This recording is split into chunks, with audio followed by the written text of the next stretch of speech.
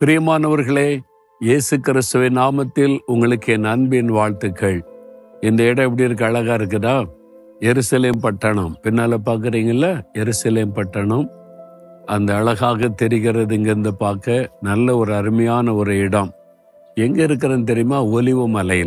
ஒலிவமலை சரிவில் நம்ம லூக்கா 19 அதிகாரத்துல இயேசு கிறிஸ்து எருசலேமிலுக்கு பார்த்து கண்ணீர் விட்டு அழுதார் அப்படின்னு ஒரு சம்பவம் எழுதப்பட்டிருக்குல்ல, இந்த இடம்தான். இங்க இருந்து இந்த பட்டணத்தை பார்த்து ஒரு கண்ணீர் விட்டு அழுதார்.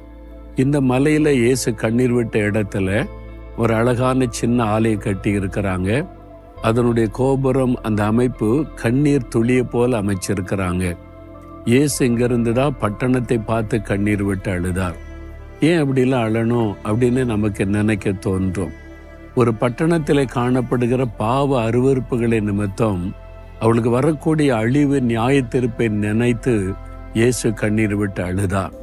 ஐயோ, எங்க பாவத்தை விட்ட மனம் திரும்பலையே, சமாதானத்திற்கு ஏற்றவளை அறிந்து கொள்ளவில்லையே, ஆண்டவர் எத்தனை வாய்ப்பு கொடுத்தது அறியாம போனார்களே என்ற ஒரு வேதனை.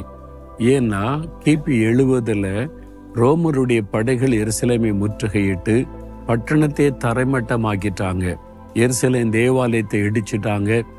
எருசலேம் பட்டணம் முழுத ரத்த ஆறு ஓடினது.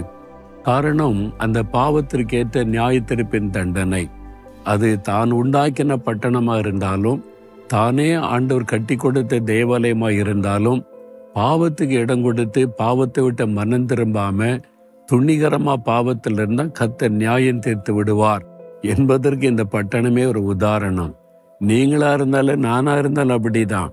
அதனால் ஆண்டவர் நம்ம அன்பு கூர்ந்து நம்மோட பேசும்போது உணர்த்தும் பொழுது மனம் திரும்பி பாவத்தை விட்டு விலகி தேவனுக்கு பயந்து வாழ்கிற வாழ்க்கை வாழணும்.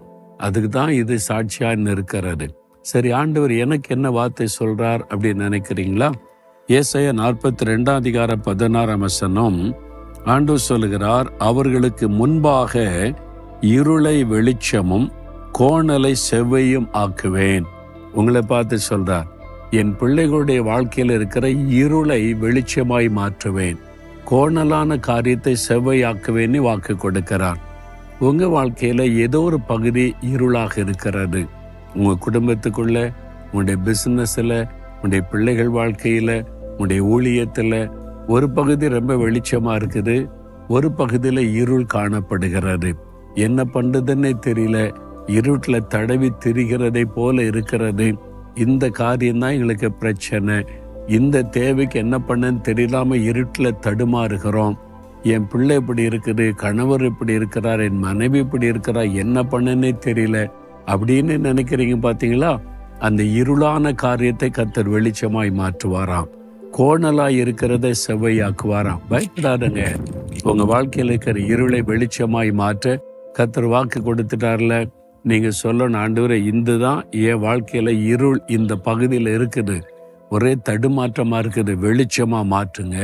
இந்த கோணலான காரியத்தை செவ்வாய்ப்படுத்துங்க. என் பிள்ளைகளுடைய வாழ்க்கையில, கணவருடைய வாழ்க்கையில, என் பிசினஸ் காரியத்துல, என் ஊழிய காரியத்துல மாற்றுங்க ஆண்டவரை, செவ்வையாக்குங்கன்னு ஜெபிச்சு பாருங்க. கட்டாய மாற்ற வரும். ஜெபிக்கிறீங்களா? ஆண்டவரே, உம்முடைய ஜனத்தினுடைய இருளை வெளிச்சமாக்குவேன், கோணலாந்த செவ்வையாக்குவேன் வாக்கு கொடுத்தீங்களே. இந்த மகன், இந்த மகள் ஜெபிக்கிறாங்க. இன்றைக்கு அவனுடைய வாழ்க்கையில இருளான காரியங்கள் மறைந்து வெளிச்சம் உண்டாகட்டும். கோணலான காரியத்தை செவ்வையாக்கி மகிழ பண்ணும். இயேசு கிறிஸ்துவின் நாமத்தில் ஜெபிக்கிறேன். ஆமேன், ஆமேன்.